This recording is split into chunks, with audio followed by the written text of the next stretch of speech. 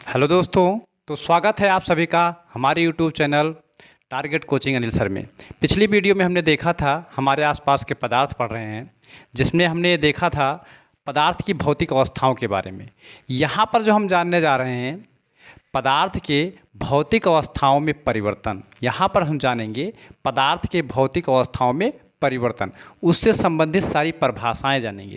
जैसे क्या होता है कि जो पदार्थ होते हैं उनकी भौतिक अवस्थाओं में परिवर्तन होता है, तो परिवर्तन किस प्रकार से होता है ये हम आपको बताएंगे।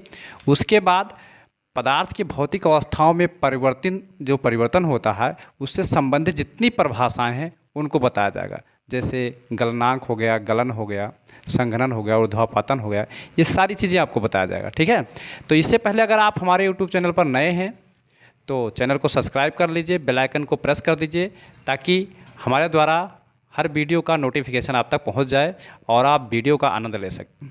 वीडियो को अंत तक ज़रूर देखिएगा, बहुत ही मज़ा आएगा। टॉपिक जो है बहुत ही इम्पोर्टेंट टॉपिक है और बहुत ही इंटरेस्टेड टॉपिक भी है। ये समझ लीजिए साइंस का जो आप पढ़ रहे हैं ये एक प्रकार का आधार है। इसको आज आप जान लेंगे तो आपके भविष्य में कोई दिक्कतें नहीं आएंगी, वरना दिक्कतें तो बनी रहती हैं। तो वीडियो तक अंत तक जरूर देखिएगा। चलिए बिना देर करते हुए हम टॉपिक को स्टार्ट करते हैं। क्या स्टार्ट करते हैं? आज जो हम पढ़ेंगे पदार्थ की भौतिक अवस्थाओं में परिवर्तन।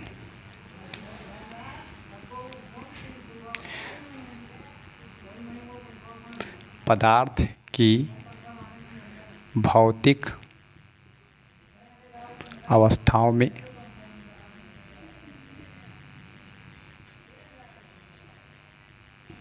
परिवर्तन।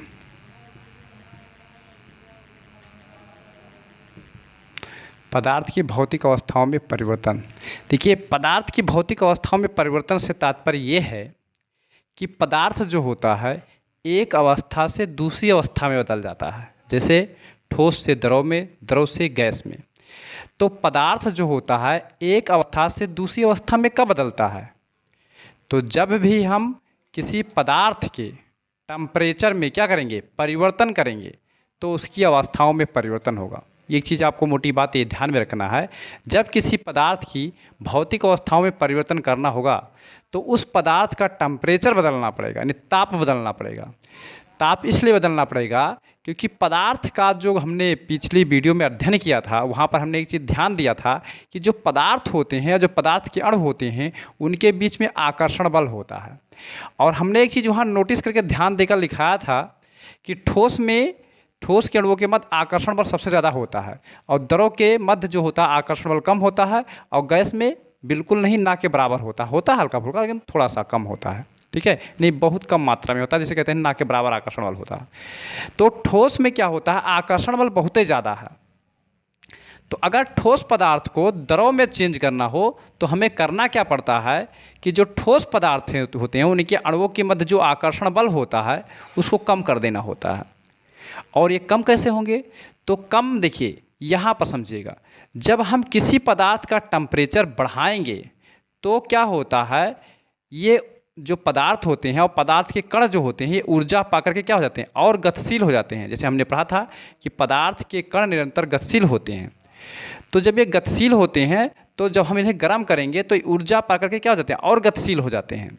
तो जब ये और गतिशील हो जाते हैं तो जो पदार्थ के अणुओं के बीच आकर्षण बल होता है वो क्या हो जाता है, कम हो जाता है।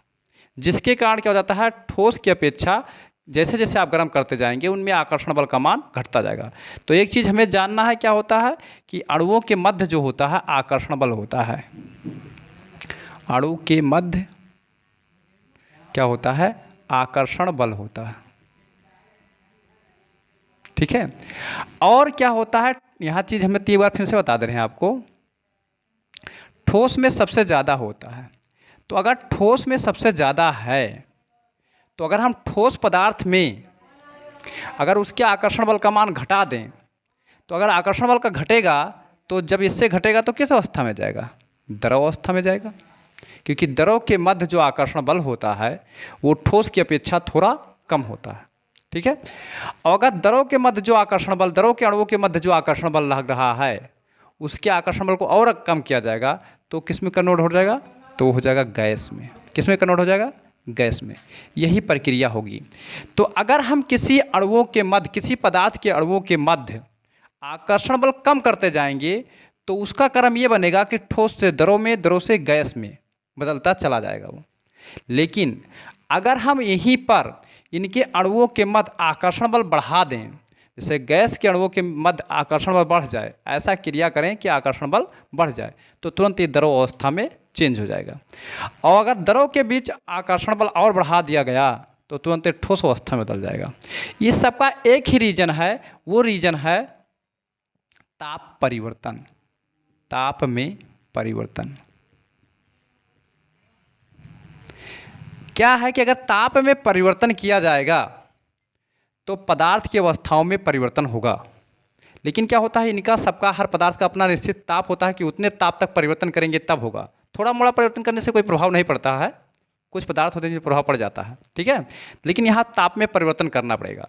तो ताप में परिवर्तन क्या होता है, एक ताप में परिवर्तन बढ़ा करते होता है कि अगर ताप टेम्परेचर बढ़ा देते हैं तब परिवर्तन होगा, और एक टेम्परेचर घटा देंगे तब परिवर्तन होगा। दो प्रकार से ताप में परिवर्तन होगा। तो जब किसी पदार्थ का ताप आप बढ़ा देंगे तो ताप बढ़ाने से क्या होता है, आकर्षण बल क्या होता है, कम होता है। अणुओं के मध्य जो आकर्षण बल होता है वो घटता जाता है। लेकिन अगर ताप घटा देंगे तो उनके मध्य आकर्षण बल बढ़ता जाता है। अणुओं के मध्य आकर्षण बल क्या होता है, बढ़ता जाता है। इसका मतलब क्या होता है, जो आकर्षण बल होता है वो टेम्परेचर के व्युत्क्रमानुपाती होता है, यानी F प्रोपोर्शनल टू क्या होता है, F प्रोपोर्शनल टू T होता है। अगर क्या होता है, किसी पदार्थ के अणुओं के मध्य अगर टेम्परेचर बढ़ेगा 1/T होता है, मतलब 1/T व्युत्क्रमानुपाती होता है 1/T। अगर टेम्परेचर किसी पदार्थ का हम बढ़ाएंगे तो निश्चित ही उस पदार्थ के अणुओं के मध्य जो आकर्षण बल कार्य कर रहा होगा वो घटेगा। बात को समझिएगा, हम आपको बहुत बेसिकली नॉलेज दे रहे हैं, ज़्यादा लिखने उबने की ज़रूरत नहीं है, बस केवल बात को समझने की। अभी आपकी स्टार्टिंग क्लास है, इस चीज़ को आप समझ लेंगे तो बहुत बेटर स्टूडेंट बनेंगे आप। देखिए, ऐसा कोई नहीं, हर कोई परिभाषा को डायरेक्टली आपको रटा देगा, ये सब बताने की ज़रूरत नहीं। लेकिन नहीं, इस चीज़ को हमें समझना है। एक जो साइंस का स्ट्रक्चर होता है वो हमारे माइंड में फीड होना बहुत ज़रूरी होता है। आपको तभी फीड हो सकता है जब आप लेक्चर पर ध्यान देंगे। लेक्चर को बहुत विस्तृत सुनना होता है, बाकी लिखावट क्या है, लिखने में क्या है, अभी लिखा देंगे आप समझ जाएंगे, ठीक है। तो समझिए, जो पदार्थ होते हैं, एक मोटी बात हमें याद रखना है कि जो पदार्थ होते हैं, पदार्थ छोटे छोटे कणों से मिलकर बने होते हैं, और वो छोटे छोटे कण आपस में जुड़े होते हैं, और जिस बल से वो जुड़े होते हैं उसे हम कहते हैं आकर्षण बल, ठीक है। तो किसी किसी पदार्थ में आकर्षण बल बहुत ज़्यादा होता है और किसी किसी पदार्थ में आकर्षण बल बहुत कम होता है अणुओं के मध्य, और किसी की में 9 के बराबर होता है। तो जिसमें बहुत ज़्यादा होता है उसे हम कहते थे ठोस पदार्थ, और जिसमें कम होता था उसे कहते थे द्रव, और जिसमें बिल्कुल नहीं होता था उसे कहते थे गैस।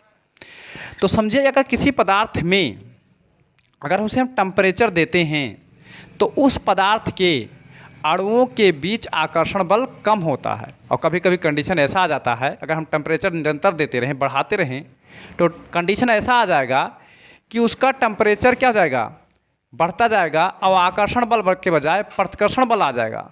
और जब प्रतिकर्षण बल आ जाता है तभी अणु भागने लगते हैं। क्या होते हैं, भागने लगते हैं, एक स्थान से दूसरे स्थान तक जाने लगते हैं। जैसे आप लोगों ने देखा होगा ना कि किसी पानी को जब हम बीकर में ठंड करते हैं तो पानी, अगर 5 लीटर पानी ले लेते हैं और उसे मतलब गर्म करते हैं, तो गर्म करने में क्या होता है, कुछ समय के बाद हम देखते हैं कि हमारे जो बर्तन था जिसमें हम पानी रखे थे उसमें पानी नहीं रह जाता है। क्या होता है, कहाँ चले जाते हैं, तो वो सब अणु जो है गर्म होकर के, प्रतिकर्षित होकर के एक दूसरे से दूर भाग जाते हैं। एक अणु दूसरे अणु से दूर भाग जाता है, जिसके कारण सारे अणु वायुमंडल में बिखर जाते हैं तेज़ी से। तो यहाँ पर क्या होता है, प्रतिकर्षण की भावना आ जाती है। समझ पाए ना। तो यहाँ पर हम समझेंगे कि जो टेम्परेचर होता है वो आकर्षण बल की क्या होता है, व्युत्क्रमानुपाती। अब बात को समझिए, अगर किसी पदार्थ का टेम्परेचर बढ़ाया जाएगा तो अणुओं के मध्य जो आकर्षण बल होगा वो कम होगा, और जैसे ही कम होगा तो इस दिशा में, यानी ठोस से द्रव, द्रव से गैस में परिवर्तित होगा, ठीक है। लेकिन अगर किसी पदार्थ का टेम्परेचर कम किया जाता है, क्या किया जाता है, कम किया जाता है, घटाया जाएगा। तो अगर टेम्परेचर कम किया जाएगा तो वो मतलब क्या होता है, अणुओं के मध्य जो आकर्षण बल होता है वो प्रबल होता जाएगा। और जब प्रबल होता जाएगा तो अगर गैस में अवस्था में है किसी पदार्थ, कोई गैस है, उसको ठंड किया जाएगा तुरंत वो द्रव में बदल जाएगा। और जब द्रव को ठंडा किया जाएगा तो ठोस में बदल जाएगा। मतलब आकर्षण बल बढ़ता जा रहा है। और जब बढ़ता जा रहा है आकर्षण बल तो मतलब पदार्थ की अवस्था में परिवर्तन निश्चित ही तय है। तो जो परिभाषा निकल करके आता है तो पहले हम गर्म कंडीशन के लिए समझेंगे। तो एक चीज़ होता है गलनन। क्या होता है? पहले हम जानेंगे गलन क्या होता है। क्या होता है? गलन। परिभाषा देखिए, भौतिक पदार्थ की भौतिक अवस्थाओं में परिवर्तन कब होता है? जब टेम्परेचर में परिवर्तन होता है तब। ये मोटी बात याद रखिएगा कि जब ताप में परिवर्तन होगा, यहाँ पर लिख देते हैं ताप में परिवर्तन। ये चीज़ याद रखिएगा, बहुत काम आएगा कि जब ताप में परिवर्तन होगा तो भौतिक अवस्थाओं में परिवर्तन होगा। अब ताप अगर में परिवर्तन बढ़ने से होता है तो ठोस से द्रव, द्रव से गैस में होगा। लेकिन अगर ताप घट रहा है तो गैस से द्रव में परिवर्तित होगा, द्रव से ठोस में। ये चीज़ आप याद रखेंगे जो हमने यहाँ स्ट्रक्चर फिगर बनाया है, ठीक है। तो पहला नंबर क्या होता है? गलन। गलन किसे कहते हैं ये हम समझेंगे। तो गलन ध्यान दीजिएगा, जब किसी ठोस को, ध्यान दीजिएगा, अब परिभाषा यहाँ बड़े आराम से निकल जाएगा। जब किसी ठोस को गर्म करने पर जब किसी ठोस को गर्म करने पर वह द्रव अवस्था में परिवर्तित होने लगता है। जब किसी ठोस को गर्म करने पर वह द्रव अवस्था में परिवर्तित होने लगता है तो इस क्रिया को हम क्या कहते हैं? गलन कहते हैं। क्या कहते हैं? गलन कहते हैं। मतलब जल्दी की कोई बात नहीं है, आराम से समझेंगे, देर से समझेंगे, दुरुस्त समझेंगे। मतलब क्या है? गलन किसे कहते हैं? तो गलन किसे कहते हैं? जब किसी ठोस पदार्थ को गर्म करने पर वह द्रव अवस्था में परिवर्तित होने लगता है तो इस क्रिया को हम क्या कहते हैं? गलन कहते हैं। क्या कहते हैं? गलन कहते हैं। तो परिभाषा यहाँ हम जाने, जैसे क्या होता है कि बर्फ़ को जब हम गर्म करते हैं तो वो पानी में बदल जाएगा। अगर बर्फ़ को गर्म किया जाएगा तो क्या हो जाएगा? पानी में बदल जाएगा। तो बर्फ़ क्या है? एक ठोस पदार्थ है और पानी क्या है? द्रव। यानी बर्फ़ जो है पानी से द्रव में बदल गया। तो ये जो पानी से मतलब बर्फ़ से पानी में बदल गया है, बर्फ़ से पानी बदल गया है, यानी ठोस से द्रव में बदल गया है, तो यही क्रिया कहलाती है गलन। क्या कहलाती है? गलन कहलाती है। तो हम यहाँ पर लिखेंगे गलन किसे कहते हैं? जब किसी ठोस पदार्थ को गर्म करने पर, जब किसी ठोस पदार्थ को गर्म करने पर वह द्रव अवस्था में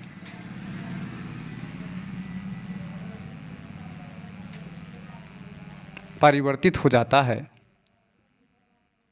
परिवर्तित होने लगता है, होने लगता है, तो इस क्रिया को, तो इस क्रिया को द्रव कहते हैं। इस क्रिया को गलन कहते हैं, सॉरी। तो इस क्रिया को क्या कहते हैं? गलन कहते हैं।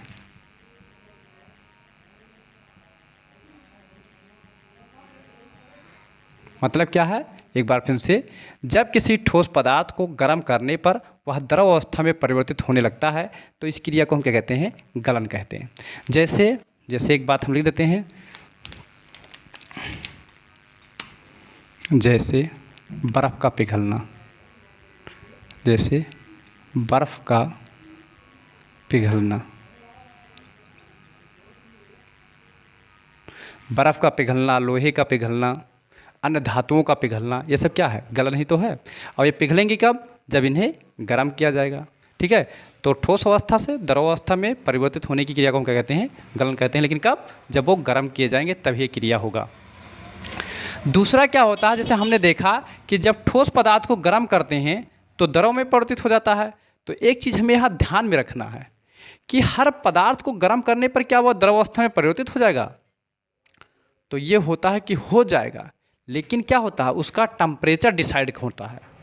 जैसे क्या है, बर्फ़ को ले लिया जाए और लोहे का टुकड़ा ले लिया जाए, तो जिस टेम्परेचर पर बर्फ़ पिघल जाता है, क्या उसी टेम्परेचर पर जो है लोहा पिघल जाएगा? तो हमारे पास कंडीशन आता है कि नहीं, लोहा नहीं पिघलेगा, बर्फ़ पिघल जाएगा। बर्फ़ 4 डिग्री सेल्सियस पर पिघल सकता है, लेकिन लोहा 4 डिग्री सेल्सियस पर नहीं पिघलेगा। जबकि ठोस पदार्थ बर्फ़ भी है और ठोस पदार्थ लोहा भी है। यानी बात करें तो लोहे और मतलब यहाँ समझिएगा, लोहा है, एक लोहा भी क्या होता है? एक ठोस पदार्थ होता है। और हमारे पास बर्फ़ भी क्या है? ठोस पदार्थ है। तो क्या अगर जिस ताप पर बर्फ़ पिघल जाता है, क्या उसी ताप पर लोहा पिघल जाएगा? तो हमारे पास रिजल्ट आता है कि नहीं, जिस ताप पर बर्फ़ पिघल जाता है उसी ताप पर लोहा नहीं पिघलेगा। ठीक है, तो इसका मतलब साफ है कि किसी मतलब पदार्थ को गर्म करने पर तुरंत वो मतलब जो है द्रवावस्था में परिवर्तित नहीं होता है। तो फिर क्या होता है, मतलब क्या होता है, उसे एक इतने ताप पर गर्म किया जाता है कि जब तक वो द्रवावस्था में ना परिवर्तित हो तब तक उसका ताप बढ़ाते जाते हैं। मतलब एक निश्चित ताप होता है जिस पर कोई पदार्थ पिघलता है। मतलब हर पदार्थ का अपना एक निश्चित ताप होता है, उस ताप को जब वो पाएगा तब वो पिघलेगा। जैसे बर्फ़ है, 4 डिग्री सेल्सियस सिप आ गया तो पिघलने लगा। प्लास्टिक है, अगर उसे हम 100 डिग्री सेल्सियस दे देंगे तो लगभग पिघलने लगेगा। लेकिन अगर लोहा को कहा जाए तो 100 डिग्री सेल्सियस पर नहीं पिघलेगा, इसको बहुत सारे मतलब जो है लगभग 400 या 500 डिग्री सेल्सियस देना पड़ेगा तो लगभग जाकर के कहीं पिघलेगा ये। तो मतलब क्या होता है, हर पदार्थ का अपना अलग अलग ताप है। ठीक है, क्या है, हर पदार्थ का अपना अलग ताप है कि उसी ताप पर वो पिघलेगा। जैसे घी है, अभी देख रहे हैं गर्मी आता है तुरंत पिघल जाता है। तो क्या सारे पदार्थ ठोस पदार्थ पिघल जाते हैं? नहीं पिघलते हैं ना। तो इसमें हमें एक चीज़ को ध्यान में रखना है कि हर पदार्थ का अपना अलग अलग टेम्परेचर होता है, और जिस टेम्परेचर पर कोई पदार्थ पिघलने लगता है, जैसे किसी टेम्परेचर पर कोई पदार्थ पिघलने लगता है, उस टेम्परेचर को हम क्या कहते हैं, उस टेम्परेचर को उस पदार्थ का गलनांक कहते हैं। क्या कहते हैं? गलनांक कहते हैं। मतलब क्या होता है, जब कोई ठोस पदार्थ, ठीक है, गर्म करने पर द्रव अवस्था में परिवर्तित होने लगता है, लेकिन जिस ताप पर वो द्रव अवस्था में परिवर्तित होने लगा, वो ताप उस पदार्थ का क्या कहलाएगा? गलनांक। तो एक परिभाषा यहाँ और निकल कर आया है, क्या होता है? गलनांक। अभी हम आपको बताएंगे कि गलन और गलनांक में फ़र्क क्या होता है, इस चीज़ के बारे में हम आपको बताएंगे। तो समझिए, गलनांक, गलनांक, तो बात को समझिए। गलनांक क्या है? गलनांक ताप को बताता है कि जिस पर कोई पदार्थ द्रव अवस्था में परिवर्तित होने लगता है, और जबकि गलन जो है उस क्रिया को बताती है जिसके द्वारा वो द्रव अवस्था में परिवर्तित हो रहा है। तो गलन एक क्रिया है और गलनांक एक टेम्परेचर है, ताप है। ये बात आप मोटी बात याद रखिएगा कि गलन क्या है?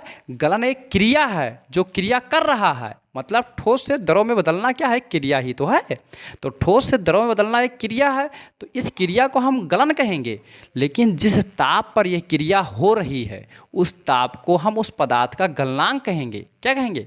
उस पदार्थ का गलनांक कहेंगे। ये बात हमें याद रखना है। तो हम लिखते हैं, क्या लिखते हैं? आपको बहुत सुंदर परिभाषा बता रहे हैं, बहुत सटीक परिभाषा बता रहे हैं और बहुत ही आसान परिभाषा बता रहे हैं। परिभाषा क्या समझिएगा, मतलब वह ताप, टेम्परेचर ही तो बताता है गलनांक। गलनांक हमारा क्या बताता है? गलनांक हमेशा टेम्परेचर बताता है। तो हम क्या लिखेंगे? वह ताप, क्योंकि ताप के बारे में बात हो रही है, वह ताप जिस पर कोई ठोस पदार्थ गर्म करने पर वह द्रव अवस्था में परिवर्तित हो जाता है। यानी वह ताप जिस पर कोई ठोस पदार्थ गर्म करने पर द्रव अवस्था में परिवर्तित हो जाता है, उस ताप को उस पदार्थ का गलनांक कहलाता है। क्या कहलाता है? गलनांक कहलाता है। मोटी सी बात है, सुंदर सी बात है, अच्छे से याद रखिएगा, बहुत मजा आएगा। तो क्या लिखेंगे? वह ताप, क्या लिखेंगे?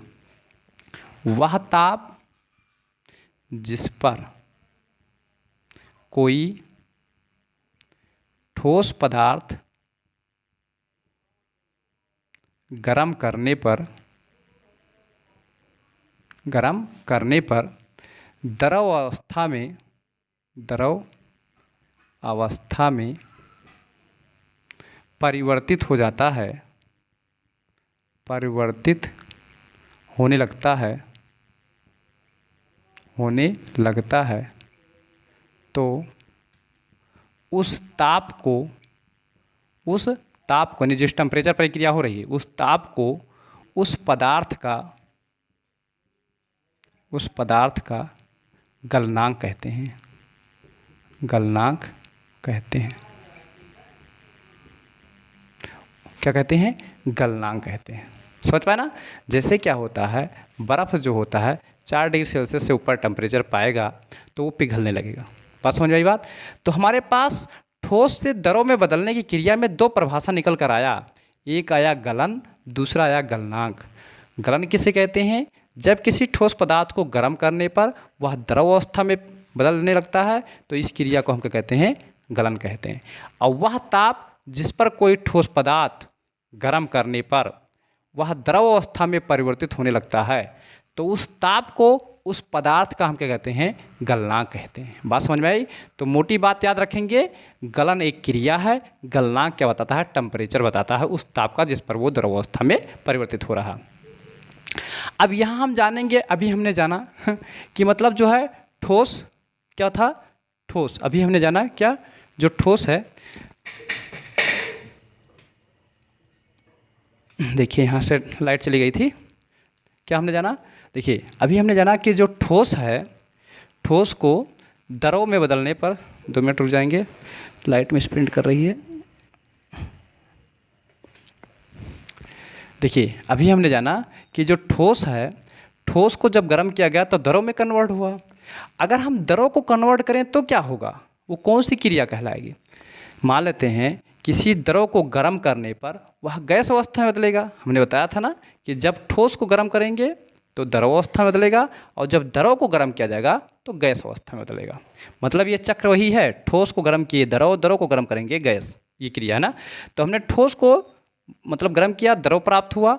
अब द्रव को गर्म करेंगे तो गैस प्राप्त होगा। तो जब द्रव को गर्म करते हैं और गैस प्राप्त होता है तो इस क्रिया को हम क्या कहते हैं?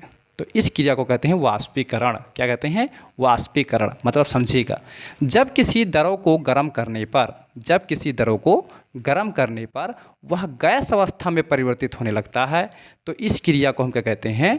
इस क्रिया को कहते हैं वाष्पीकरण। आप लोगों ने देखा होगा कि जब आप कपड़ा धुल करके कहीं टांग देते हैं तो मतलब उस समय क्या होता है कि हमारे कपड़े में पानी से भीगा रहता है, कपड़े में पानी भरा रहता है।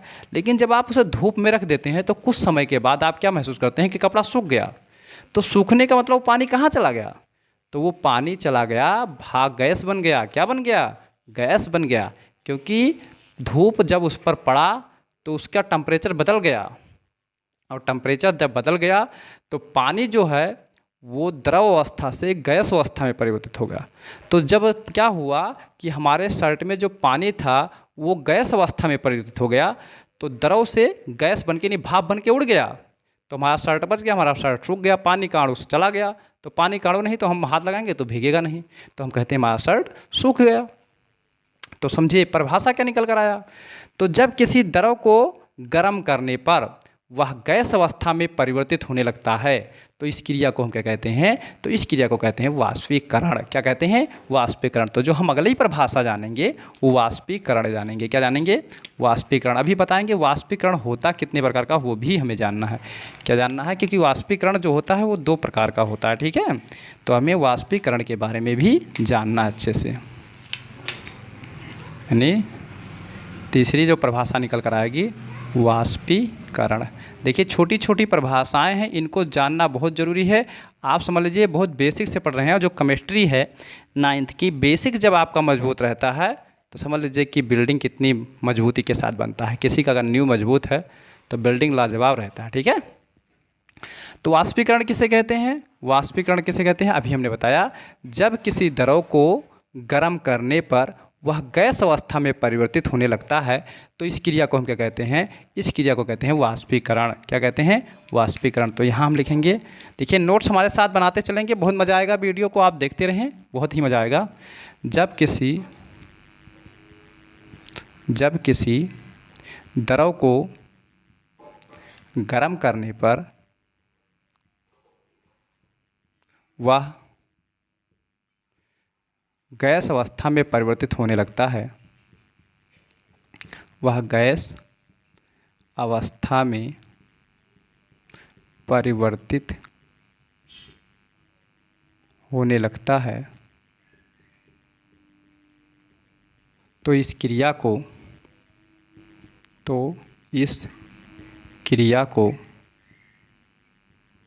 वाष्पीकरण कहते हैं।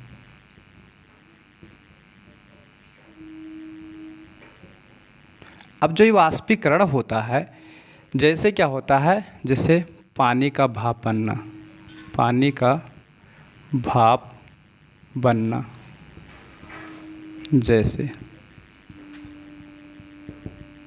जैसे क्या होता है, पानी का भाप बनना, यानी पानी क्या होता है, भाप में बदल जाता है। अब आप एक चीज़ नोट किए होंगे कि वाष्पीकरण वास्तव में दो प्रकार का होता है। कैसे दो प्रकार का होता है ये हम समझेंगे। तो आप लोग ध्यान दिए होंगे कि अगर एक लोटा पानी, एक लोटे में पानी लेंगे और उसे छत पर रख देंगे भर करके, और धूप का जो धूप निकलेगा तो उसका प्रकाश लोटे पर पड़ेगा और वो क्या होगा, गर्म होगा। गर्म होने के बाद वो क्या हो जाएगा, वाष्पीकरण में बदल जाएगा, यानी भाप बनकर उड़ जाएगा। इसका मतलब क्या है कि जो पानी है, नहीं जो द्रव है, वो गैस में परिवर्तित हो जा करके उड़ जाएगा। ठीक है, एक तरीके से तो ये आया। दूसरा तरीका क्या है कि जो द्रव होता है, ध्यान दीजिएगा, जो द्रव होता है उसको एक लोटे में ले लीजिए और लोटे में लेने के बाद, ध्यान दीजिएगा, लोटे में लेने के बाद आप क्या कर दीजिए, गैस चूल्हे पर रख करके जला दीजिए।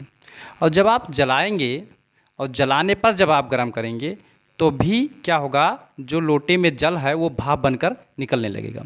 और जब ये भाप बनकर निकलेगा तो वहाँ आपको निकलता हुआ भाप दिखाई देगा कि हाँ ये मतलब जो है गैस बन के निकल रहा है। लेकिन आप एक चीज़ नोट किए थे, जब उसे धूप में रख कर आए थे तो आपको नहीं दिखाई दिया था कि वो भाप बन के निकल रहा है। समझ पाए, नहीं समझ पाए, बात को समझिए, दोनों जगह अंतर सेम है। कि देखिए वाष्पीकरण यहाँ भी हो रहा है, वाष्पीकरण वहाँ भी हुआ।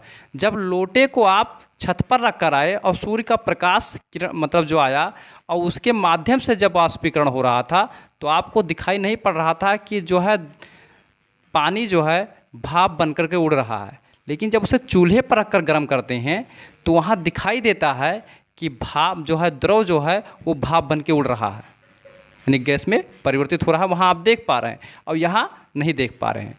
तो यहाँ क्या कारण है कि दो कंडीशन है। तो यहाँ कारण ये है कि जब हम लोटे को गैस चूल्हे पर रख करके गर्म करके भाप यानी वाष्पीकरण कराते हैं तो वहाँ पर क्रिया तेज़ी से होती है, मतलब तेज़ी से भाप में बदलता है। और जब वो तेज़ी से भाप में बदलता है तो हमें दिखाई देता है। और जो हम लोटे को ले जाकर धूप में रखाते हैं और धूप में जब भाप बन के निकलता है तो वो क्रिया बहुत धीरे धीरे होती है। वो क्रिया क्या होती है, बहुत धीरे धीरे होती है, जिससे हमें दिखाई नहीं देता है। तो यहाँ दो क्रियाएं होती हैं वाष्पीकरण में। एक क्रिया क्या होती है, बहुत तेज़ी से होती है। एक क्रिया क्या होती है, बहुत तेज़ी से होता है। और एक क्रिया क्या होती है, धीरे होती है। मतलब क्या होता है, जब किसी द्रव को गर्म करने पर वह धीरे धीरे गैस में बदलता है, धीरे धीरे गैस अवस्था में बदलता है, तो उस क्रिया को हम क्या कहते हैं, तो उस क्रिया को कहते हैं वाष्पन। मतलब क्या होता है, वाष्पीकरण दोनों को कहेंगे। लेकिन क्या होता है, ये दो प्रकार का होता है। एक जो होता है हम आपको बता रहे हैं, एक होता है वाष्पन, एक होता है क्वथन। क्या होता है, एक वाष्पन होता है और एक होता है क्वथन। ये दोनों वाष्पीकरण के ही हैं, दोनों ही वाष्पीकरण की क्रिया कहलाएगी। लेकिन इनका नाम अलग क्यों हो गया, क्योंकि एक क्रिया तेज़ी से होता है, एक क्रिया धीरे धीरे होती है। जो क्रिया धीरे धीरे होती है उसे कहते हैं वाष्पन, और जो क्रिया तेज़ी से होती है उसे कहते हैं क्वथन। क्या कहते हैं, क्वथन। तो यहाँ पर क्या होता है, वाष्पीकरण जो होता है वो दो प्रकार का वाष्पीकरण होता है। कितने प्रकार का होता है, दो प्रकार का होता है, जिसे हम सीखेंगे और जानेंगे अच्छे से और समझ में भी आएगा। यानी वाष्पीकरण कितने प्रकार का होता है, तो वाष्पीकरण दो प्रकार का होता है। एक होता है वाष्पन। क्या होता है, वाष्पन।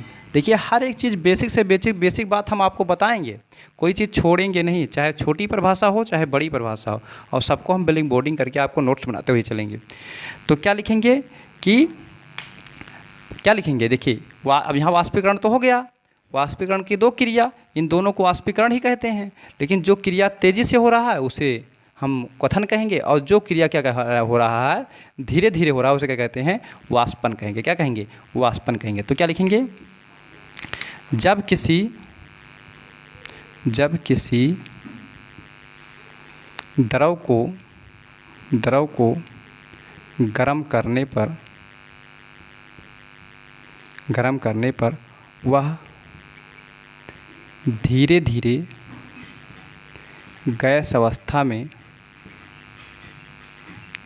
अवस्था में परिवर्तित होने लगता है,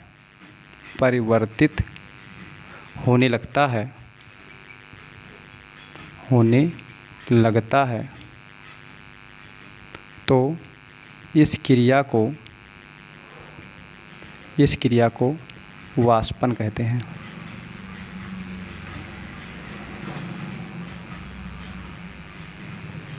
क्या कहते हैं, वाष्पन कहते हैं। और क्वथन किसे कहते हैं, ध्यान दीजिएगा, क्वथन।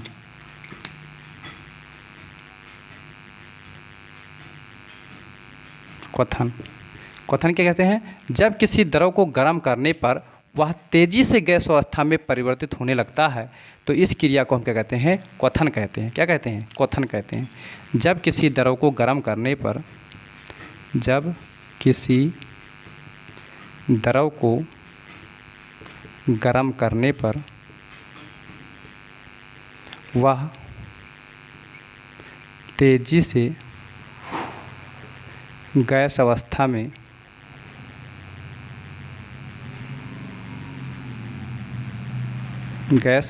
में परिवर्तित होने लगता है, परिवर्तित होने लगता है तो इस क्रिया को क्वथन कहते हैं।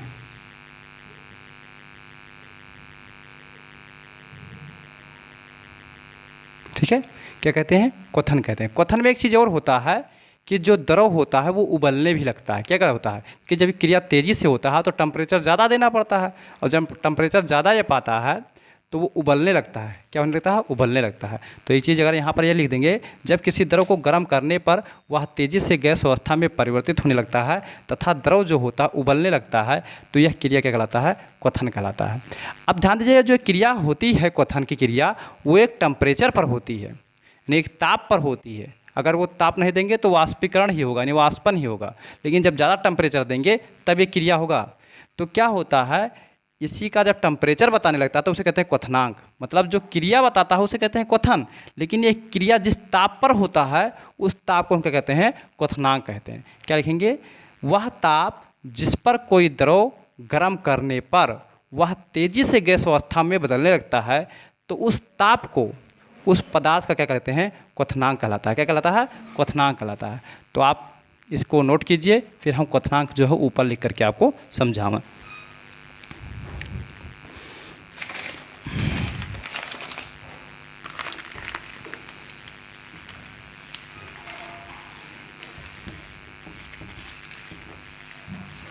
तो क्या हम पढ़ेंगे, अगली जो हेडिंग है हमारी, क्वथनांक। तीसरा, चौथा परिभाषा था, ये पांचवा परिभाषा था, और ये जो है छठवां परिभाषा है, क्वथनांक।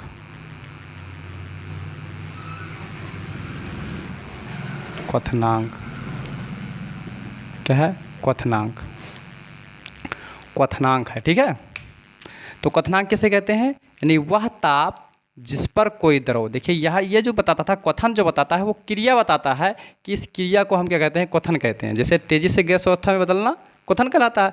लेकिन तेज़ी से गैस अवस्था में कब बदलेगा, जब उसे उतना ताप मिलेगा तभी तो बदलेगा। तेज़ी से मतलब गैस अवस्था में बदलेगा, अगर कम ताप देंगे तब कहाँ बदलेगा, तो उसको ज़्यादा ताप देना पड़ेगा। तो वह ताप जिस पर क्या हो, ये क्रिया होने लगे, तेज़ी से बदलने लगे, तो उसी ताप को हम क्या कहेंगे, क्वथनांक कहेंगे। तो क्या लिखेंगे, वह ताप जिस पर कोई द्रव पदार्थ गर्म करने पर वह तेज़ी से गैस अवस्था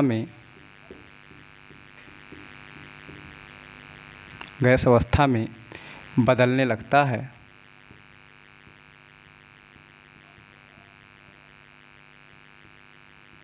तो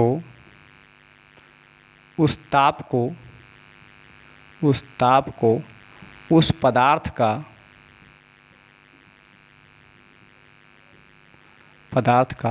क्वथनांक कहते हैं।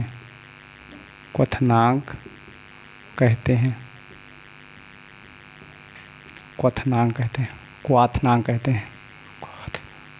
क्वथनांक यहाँ पर आका मात्रा नहीं रहेगा, क्वथनांक होता है, क्वथनांक कहते हैं। समझ पाए ना, क्या कहते हैं, क्वथनांक कहते हैं। अब ध्यान दीजिएगा, क्वथनांक के बाद क्या आता है कि एक क्रिया ऐसा होता है, ध्यान समझेंगे, ये तो हम समझ पाए कि ठोस से द्रव में, द्रव से गैस में, ये चीज़ हम जान पाए ना। अब यहाँ क्या जानेंगे, ध्यान दीजिएगा कि एक पदार्थ ऐसे होते हैं, कुछ पदार्थ ऐसे होते हैं कि जिनको गर्म करने पर, जैसे कोई ठोस पदार्थ ऐसा भी होता है जिनको गर्म करने पर वो द्रव अवस्था में नहीं परिवर्तित होगा। क्या होगा? द्रव अवस्था में नहीं परिवर्तित होगा, बल्कि वो सीधे गैस अवस्था में परिवर्तित हो जाता है। मतलब कि अभी तक हमने जाना था जब किसी ठोस को गर्म किया जाएगा तो वो द्रव अवस्था में परिवर्तित होगा, द्रव को जब गर्म करेंगे तब गैस में बदलेगा। लेकिन नहीं, कुछ पदार्थ ऐसे भी होते हैं कि जो ठोस अवस्था में रहते हैं, अगर उनको गर्म किया जाता है तो वो डायरेक्टली गैस अवस्था में बदल जाते हैं। किस अवस्था में?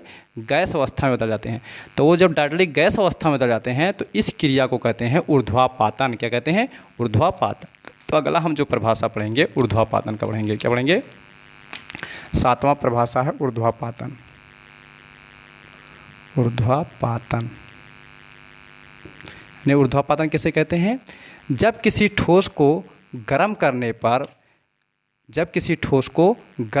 पर, वह बिना द्रव अवस्था में परिवर्तित हुए, मतलब द्रव अवस्था में परिवर्तित हुए सीधे गैस अवस्था में परिवर्तित हो जाता है, तो इस क्रिया को कहते हैं ऊर्ध्वापातन। क्या कहते हैं? ऊर्ध्वापातन। एक बार पुनः समझ में नहीं आया हुआ, समझिए फिर से। जब किसी ठोस को गर्म करने पर वह बिना द्रव अवस्था में परिवर्तित हुए सीधे गैस अवस्था में परिवर्तित हो जाता है, यानी बिना द्रव अवस्था में परिवर्तित हुए सीधे गैस अवस्था में परिवर्तित हो जाता है, तो इस क्रिया को हम क्या कहते हैं? ऊर्ध्वापातन कहते हैं। क्या कहते हैं? ऊर्ध्वापातन। तो परिभाषा लिखिए आगे। क्या लिखेंगे? जब किसी ठोस पदार्थ को गर्म करने पर, जब किसी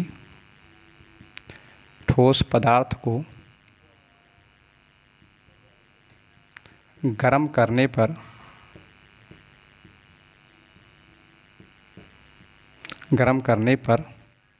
वह बिना द्रव अवस्था में परिवर्तित हुए, वह बिना द्रव अवस्था में परिवर्तित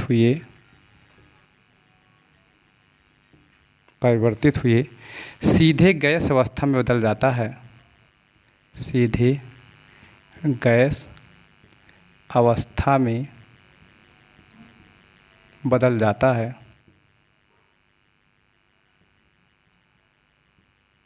तो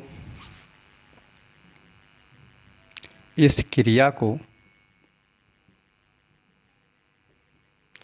ऊर्ध्वापातन कहते हैं।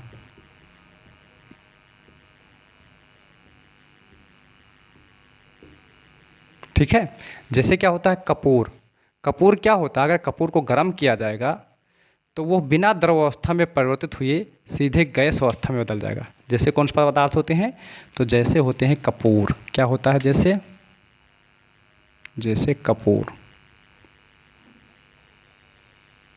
कपूर को अगर गर्म किया जाएगा तो सीधे ही गैस अवस्था में बदल जाता है। ठीक है, वो द्रव अवस्था में परिवर्तित नहीं होता है। अब ये तो था गर्म करने का कंडीशन, जब हम गर्म कर रहे थे तो इतनी परिभाषाएं मिली। अगर ठंडा किया जाएगा तब क्या परिभाषा होगा? तो ठंडा करने में क्या होगा? अगर हम किसी गैस को ठंडा करेंगे तो वो द्रव में बदल जाएगा। किस में बदल जाएगा? द्रव में।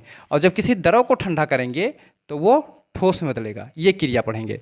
तो जब गैस से द्रव में बदलेगा तो उस क्रिया को हम क्या कहेंगे? और जब द्रव से ठोस में बदलेगा तो उस क्रिया को हम क्या कहेंगे? ये परिभाषा हम जानेंगे। तो जब गैस से द्रव में बदलेगा तो उस क्रिया को हम कहेंगे संघनन। क्या कहेंगे? संघनन। लेकिन जब वो द्रव से ठोस में बदलेगा तो इस क्रिया को हम क्या कहेंगे? हिमीकरण। क्या कहेंगे? हिमीकरण। क्या कहेंगे? हिमीकरण। क्या कहेंगे? हिमीकरण। तो ये क्रिया होगा हिमीकरण। ठीक है। अब समझिएगा, कुछ पदार्थ ऐसे होते हैं, जैसे ये डायरेक्ट ठोस से गैस में बदल गया था, उसी प्रकार कुछ पदार्थ ऐसे होते हैं तो गैस से डायरेक्टली ठोस में बदल जाते हैं। तो अभी हमें 3 परिभाषा पढ़ना है जो ठंडा करने पर होता है। तो पहला क्या पढ़ेंगे? तो पहला हम यहाँ पढ़ेंगे संघनन।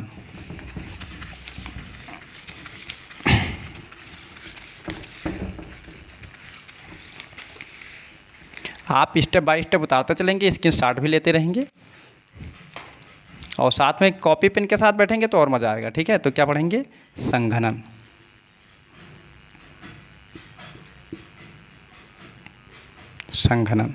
संघनन किसे कहते हैं? जब किसी गैस को ठंडा करने पर वह द्रव अवस्था में परिवर्तित होने लगता है तो इस क्रिया को कहते हैं संघनन। जब किसी गैस को ठंडा करने पर वह द्रव अवस्था में परिवर्तित होने लगता है तो इस क्रिया को हम क्या कहते हैं? संघनन कहते हैं। जब किसी गैस को ठंडा करने पर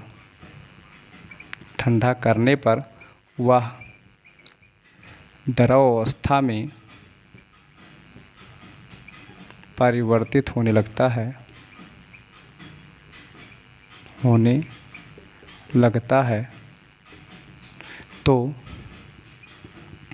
इस क्रिया को संघनन कहते हैं।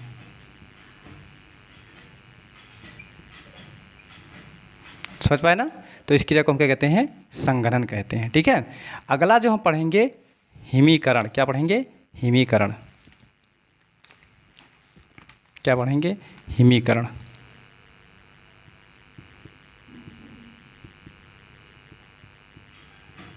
हिमीकरण किसे कहते हैं? जब किसी द्रव को ठंडा करने पर वह ठोस अवस्था में बदलने लगता है तो इस क्रिया को हम क्या कहते हैं? हिमीकरण कहते हैं। जब किसी द्रव को ठंडा करने पर वह ठोस अवस्था में परिवर्तित होने लगता है तो इस क्रिया को हम हिमीकरण कहते हैं। ध्यान दीजिएगा, जब किसी ठोस पदार्थ को जब किसी द्रव को ठंडा करने पर वह ठोस अवस्था में परिवर्तित होने लगता है तो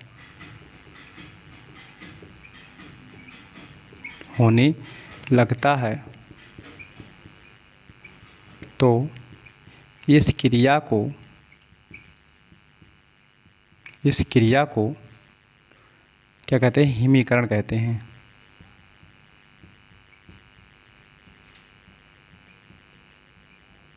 ठीक है। अब क्या होता है कि हर पदार्थ जो है तुरंत जो है ठोस अवस्था में नहीं परिवर्तित हो जाएगा, उसका अपना अलग अलग क्या होता है? टेम्परेचर होता है। तो जितना ठंडा किया जाएगा और वो ठोस अवस्था में परिवर्तित क्या कहते हैं? हिमांक कहते हैं। क्या कहते हैं? हिमांक। तो अगला परिभाषा जो हम पढ़ेंगे वो है हिमांक। यानी हिमीकरण और हिमांक में क्या फ़र्क है? ये क्रिया है और ये टेम्परेचर बताता है। यानी वह ताप जिस पर किसी द्रव को ठंडा करने पर वह ठोस अवस्था में परिवर्तित हो जाता है, उस ताप को हम क्या कहते हैं? उस पदार्थ का हिमांक कहते हैं। क्या कहते हैं? हिमांक कहते हैं। क्योंकि हर पदार्थ को थोड़ा सा टेम्परेचर ठंडा करने पर तुरंत वो जाम नहीं जाएगा, उसको कुछ ज़्यादा ठंडा करना पड़ेगा तब वो जामेगा। समझ पाए ना? तो क्या होता है कि वह ताप जिस पर कोई द्रव ठंडा करने पर ठोस अवस्था में परिवर्तित होने लगता है, वह ताप उस पदार्थ का हिमांक कहलाता है। क्या कहलाता है? हिमांक कहलाता है। जब किसी द्रव को वह ताप, क्या ये तो ताप बताता है ना, वह ताप जिस पर कोई द्रव ठंडा करने पर, सेम परिभाषा वही है, बस ये ताप बताता है, एक क्रिया बताता है, बस इतने फर्क है। यानी वह ताप जिस पर कोई द्रव ठंडा करने पर ठोस अवस्था में परिवर्तित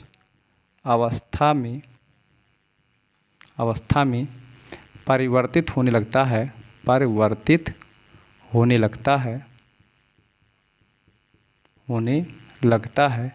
तो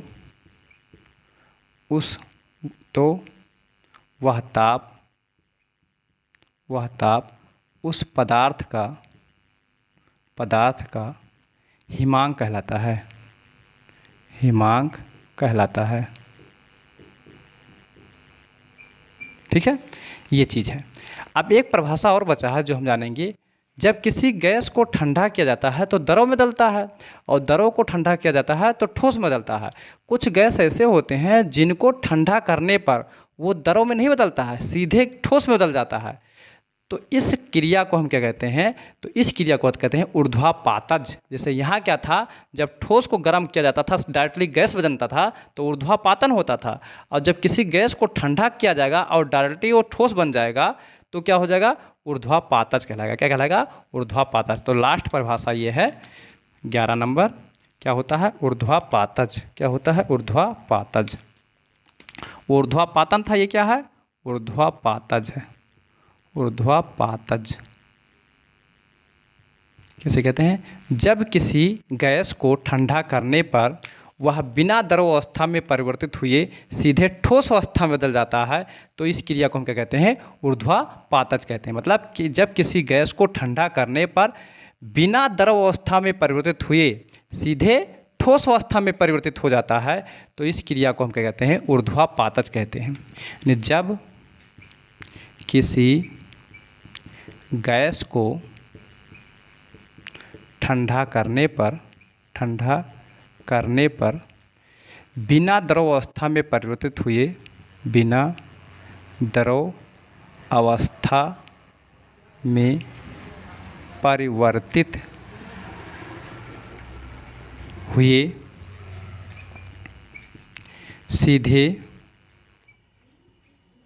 सीधे ठोस अवस्था में परिवर्तित हो जाता है, तो इस क्रिया को ऊर्ध्वापातज कहते हैं। ऊर्ध्वापातज कहते हैं। तो ये था हमारा पदार्थ की भौतिक अवस्था में परिवर्तन से संबंधित जितनी परिभाषाएं थी वो हमने आपको बताया। अगर ये वीडियो आपको अच्छा लगा हो, पसंद आया हो, तो लाइक शेयर ज़रूर कीजिएगा।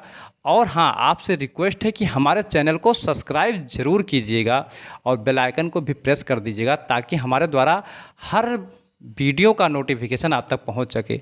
और आपके बेल आइकन प्रेस करने से, शेयर करने से, लाइक करने से हमारे हौसले और बढ़ेंगे और हम अच्छा से अच्छा प्लेटफार्म आपको देने की कोशिश करेंगे।